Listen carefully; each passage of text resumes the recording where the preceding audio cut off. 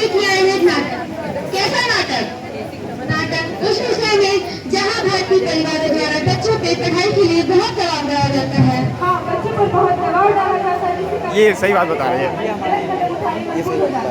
बच्चे आवेदन की कोई गलत कदम ना उठाए, इसलिए हम प्रस्तुत करना चाहते हैं एक नाटक। हमारे नाटक का शीर्षक है भारतीय परिवारों की मानसिकता।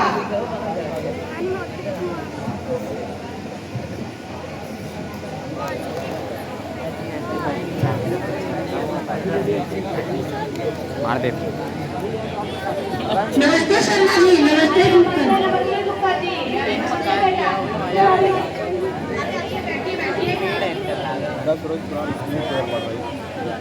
और बताइए गुप्ता जी, आज कैसे आना हुआ? हम आपका आज मुंह मीठा बनाने आए हैं।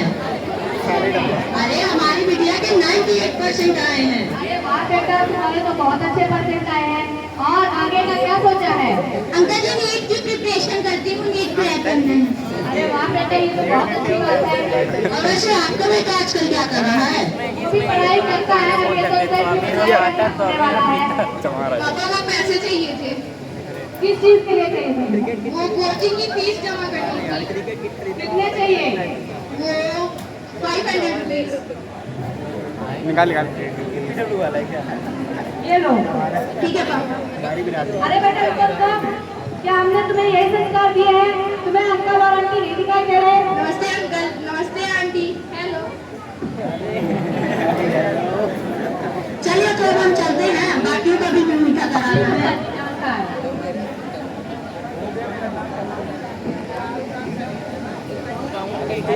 अरे सुनती हो? कोई देता है नहीं, हम तो कह रहे हैं। क्या तो ठीक है, यो वैसे सब छोड़ो। आज तो रवि का रिजल्ट आने वाला था ना? हाँ, रवि के मास्टर जी का फोन आया था। वो बोल रहे थे रवि के रिजल्ट के बारे में कुछ बातें करनी है आपसे। देखो कोई आया है दरवाजे पर।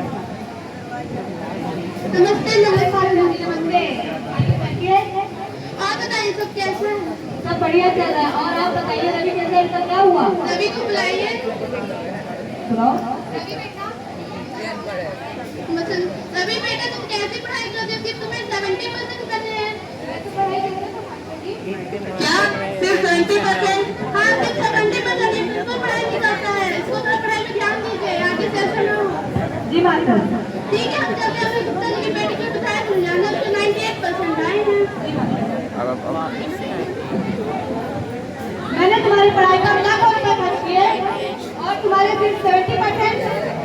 मैंने पापा पढ़ाई की थी। क्या पढ़ाई की थी? उसके 98% आए हैं। नीट किसने रखी आपको? तुम सिर्फ 70%। आप लोग मुझको उससे कंपेयर मत करिए। मेरी ही पढ़ाई की कुछ वैल्यू है।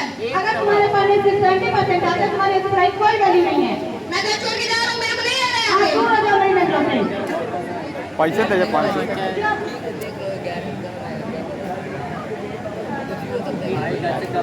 इसलिए हम चलते हैं रवि की दोस्त की ओर।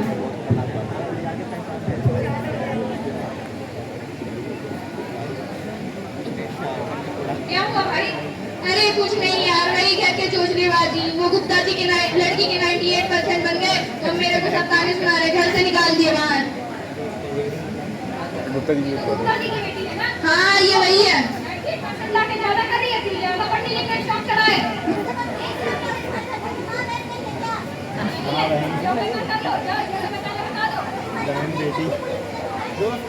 पुष्पलता मैम से।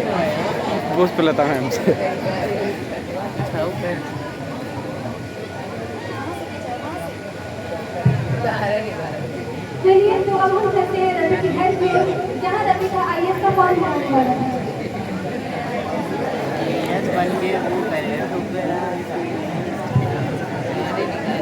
अरे रवि की मम्मी सुनती हो? आज तो रवि के IAS का फॉर्म भरना था ना? कहाँ है वो? ग्राउंड पे। रवि बेटा, आज तो तुम्हारे IAS का फॉर्म भरना था ना?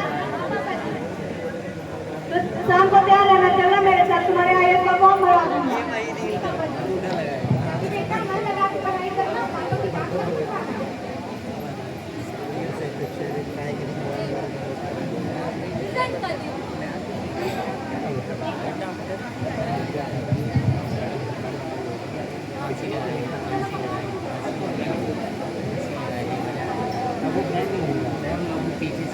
मैंने तुम्हारी पढ़ाई पर लाखों खर्च किए, तुम्हारे तो 20% बने हैं। उसकी नाक कटवा दोगे क्या? पढ़ते ही नहीं हो। हमारे पर केस कर दिया।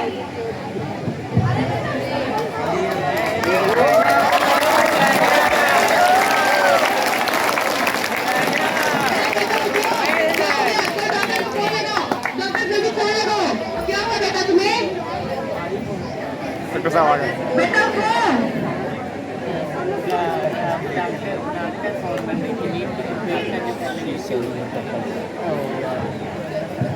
नीट का पेपर नहीं हुआ डॉक्टर डॉक्टर साहब हमारे बेटे को क्या हुआ है?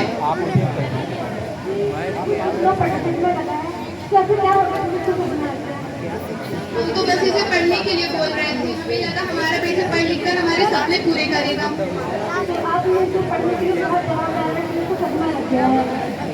प्लीज डॉक्टर साहब इस बार से कुछ भी करके बचा लीजिए, अगली बार से ऐसा नहीं होगा, हमारा इकलौता बेटा है। ठीक है, इस बार से बच जाएगा, पर आगे से ध्यान जी डॉक्टर साहब, हमसे गलती अनजाने में हुई, हम आगे से ऐसा नहीं करेंगे।